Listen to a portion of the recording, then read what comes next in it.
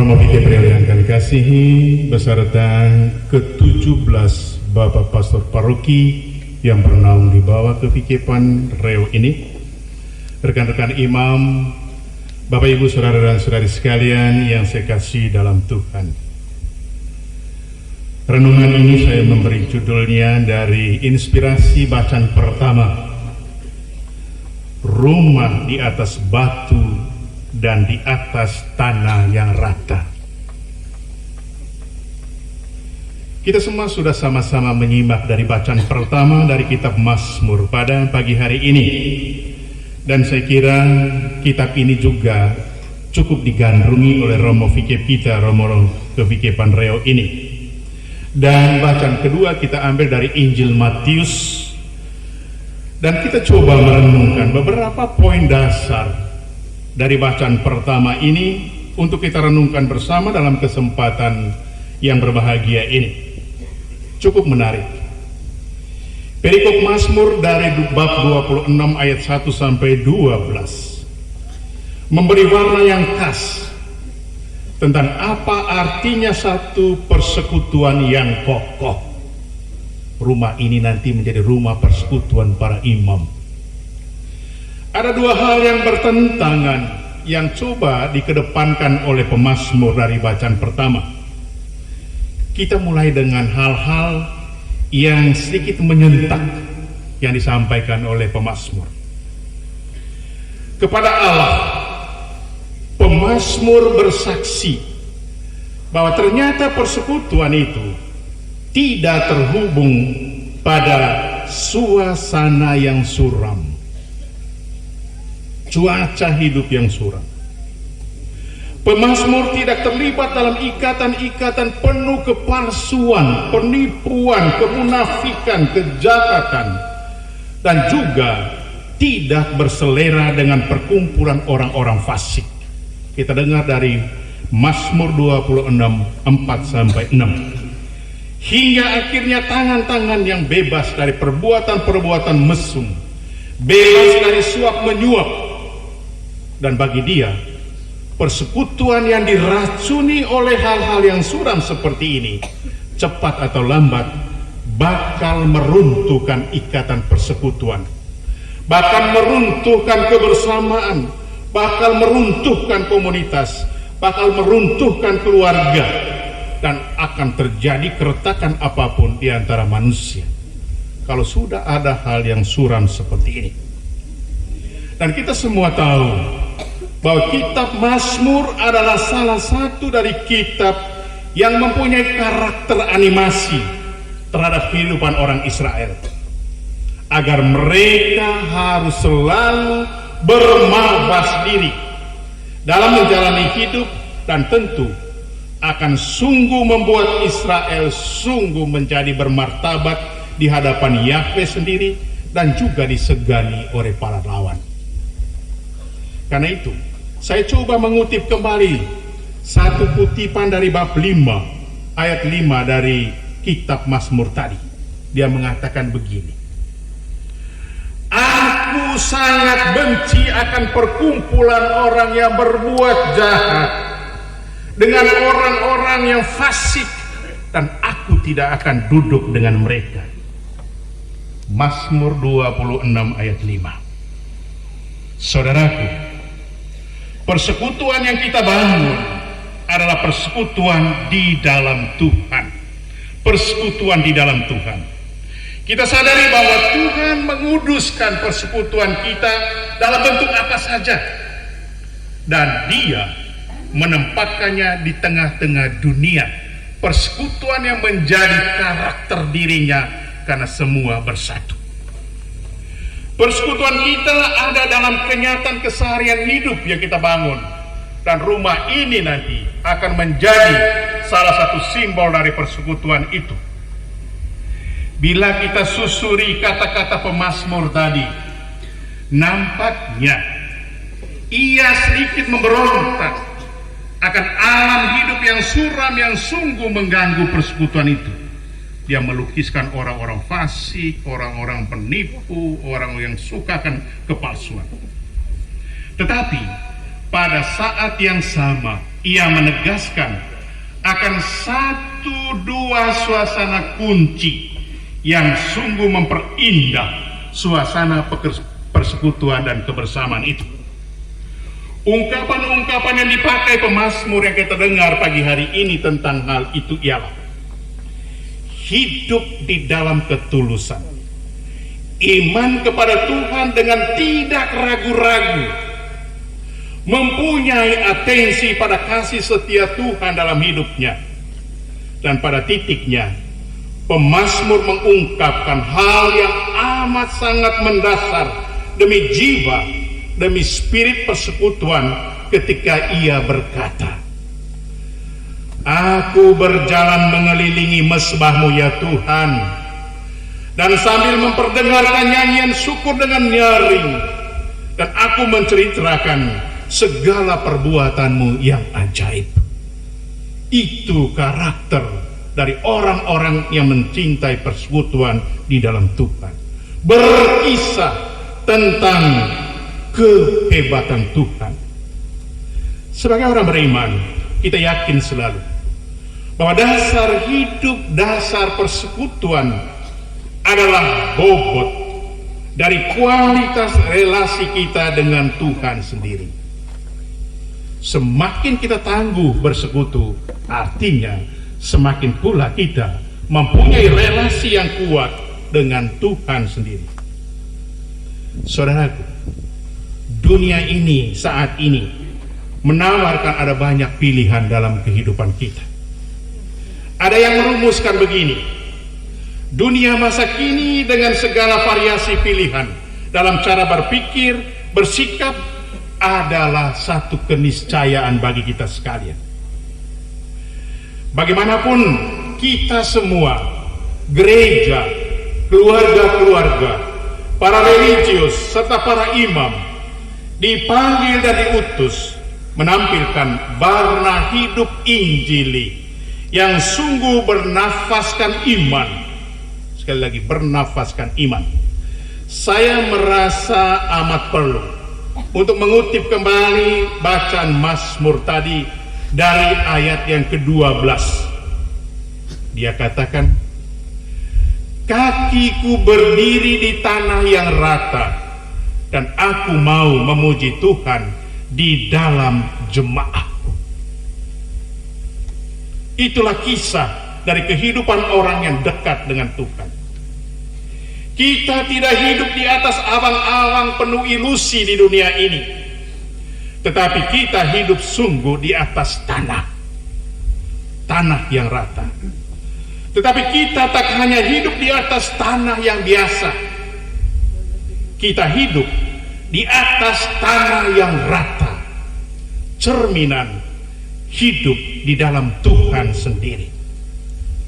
Di atas semuanya, dalam nafas kata-kata pemazmur, kita hidup sambil memuji Tuhan dalam persekutuan bersama. Karena itu, saudara-saudaraku yang saya kasih dalam Tuhan, sebentar lagi rumah kefikepan ini akan kita doakan bersama dan kita berkati. Suatu karya upaya yang sungguh luar biasa.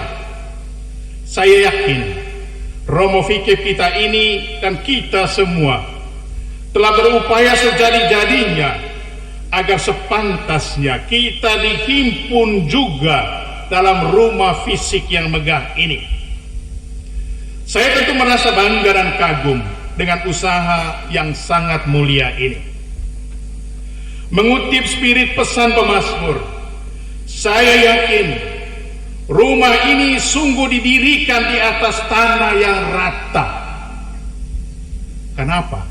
Ditenun di dalam kedekatan relasi dengan Tuhan sendiri, yang membuat siapapun tinggal di sini nanti, siapapun yang datang, pergi dan datang di rumah ini, merasa aku berdiri di atas tanah yang rata. Dan setelah ia tinggalkan rumah ini, ia sungguh disemangati oleh kekuatan untuk memuji Tuhan dalam jemaat, dalam perutusan, dalam keluarga, dalam masyarakat, dalam berbagai warna kehidupan yang nyata. rumah ini, saya yakin telah menjadi ungkapan dan tanda persekutuan kita dalam kerjasama, tetapi terutama dalam iman kita akan Tuhan yang memungkinkan rumah ini bisa didirikan. Rumah kita ini secara fisik sungguh dibangun di atas batu, kokoh, kuat, megah. Dan kita yakin bila hujan nanti datang, banjir dan badai melanda rumah ini, dia pasti akan tahan banting. Kita percaya kepada ahli bangunan yang telah membangun. Akan tetapi, saudara-saudara, rumah ini sebagai simbol persekutuan umat dalam wilayah Kefikepan Reo tentu harus menjadi semakin kokoh, harus selalu menjadi teguh bertahan dalam suasana dunia yang penuh hujan, suasana dunia yang penuh banjir, penuh badai yang melanda kehidupan dan peradaban kita. Tentu yang saya maksudkan adalah tantangan-tantangan yang muncul dari setiap perkembangan dan kemajuan peradaban kehidupan kita. Di wilayah Pantura Pulau Flores ini, Reo mesti teguh menjadi citra rumah, citra wilayah bersama yang damai, sejuk dan harmoni bagi siapapun. Sebab itulah rumah ini mesti diupayakan menjadi rumah Injili, rumah di mana orang bisa merasakan sukacita Injili, menjadi rumah penuh suasana kekaripan dan harmoni, tidak hanya tampak sebagai haus, tetapi lebih harus beraura home, menjadi rumah pastoral, tetap sejuk dalam perjumpaan gembala dan doa para pastor dan umat. Tempat ini memberikan atmosfer ini juga menjadi rumah toleransi dan kerukunan hidup antara umat beragama. Karena itu pesan saya, saudara-saudariku yang berbeda agama, marilah datanglah ke rumah ini, biar cukup sejenak datang bernyanyi. Jangan biarkan damai ini berlalu dari hadapan kita sekalian. Datang ke sini. Ini rumah toleransi kita. Marilah dalam rumah ini kita duduk bersama untuk berbicara dan berdiskusi tentang pentingnya hidup bersama sebagai masyarakat beriman yang rukun dan sungguh mencintai perdamaian. Cukup menarik saat rombongan diarak-arak kemarin sore. Semua umat dari berbagai macam latar belakang larut dalam kegembiraan bersama, tidak memandang siapa-siapa. Ada yang di jalan, ada yang dari rumah saja. Bukti nyata bahwa Reo ini menjadi tempat bersemi dan bertumbuhnya toleransi yang sangat indah. Dan di atas semuanya, saya mengajak umat sekalian dan para imam khususnya untuk tetap bersyukur dan memuji Tuhan di dalam rumah kudusnya ini. Para pastor paroki-paroki, jangan datang ke rumah ini hanya untuk cari romo fikir. Ya. 17 pastor paroki, jangan datang hanya cari datang lihat romo fikir. Biar masuklah sejenak dalam ruang doa dalam rumah ini, ada di lantai 2, mendoakan umat Allah yang kamu pimpin di parokimu masing-masing. Percayakan umat Allah di dalam doa-doamu di hadapan Tuhan, di dalam kapela yang bagus dan indah ini. Karena itu, jadikan rumah ini sebagai rumah doa bagi para romo sekalian. Doa agar kalian mempunyai relasi yang erat, temani relasi yang kokoh dengan Tuhan yang memanggilmu, tetapi mempersembahkan doa-doamu untuk umat yang kamu layani di 17 paroki wilayah Kefikepan Reo ini. Akhirnya Bapak Ibu Saudara dan Saudari sekalian yang saya kasih, konon Kreng Badung, seorang petani sederhana duduk santai di rumahnya, tapi sebenarnya lebih menyerupai pondok sederhana di tepi sawah dekat Kali Gongger. Seorang sahabatnya datang padanya sekedar ngobrol-ngobrol. Mereka pun mulai mengobrol. Sahabatnya itu mulai membuka pembicaraan. Teman, ini ada berita loh. Berita apa itu? Perang Rusia melawan Ukraina. Dan nanti akan berimbas sampai ke tempat kita juga perang ini, kata sahabat Badu itu.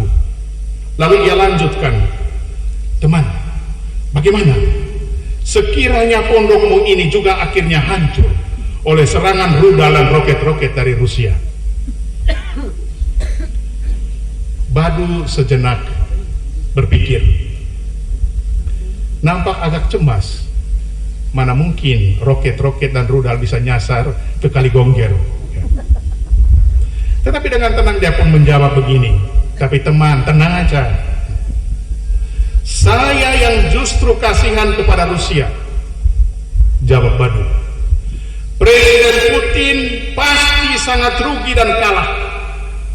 Pondok saya ini harganya murah, tidak sebanding dengan mahalnya harga rudal dan roket-roket yang menyasar ke pondok saya. Itu cerita Bapak Ibu. Apa yang saya mau katakan? Rumah kefikepan ini mesti secara fisik memiliki nilai yang sangat megah. Harganya diukur dengan segala macam yang tampak dalam kemegahannya. Tetapi tetap mengusahakan nilai yang lebih mahal yang harus tampak di dalam rumah ini. Nilai mahal itu adalah usahakanlah rumah ini tetap menjadi rumah di mana orang merasakan kasih, cinta, damai dan kerukunan, pengampunan, kerjasama, sukacita, saling membantu. Dan di atas semuanya, dari rumah ini kita semua harus merasa diutus untuk melakukan pekerjaan Tuhan di mana saja kita diutus. Karena itu di akhir dari renungan ini saya mengajak kita sekalian, marilah lakukanlah semuanya di dalam kasih. Tuhan memberkati kita sekalian. Amin.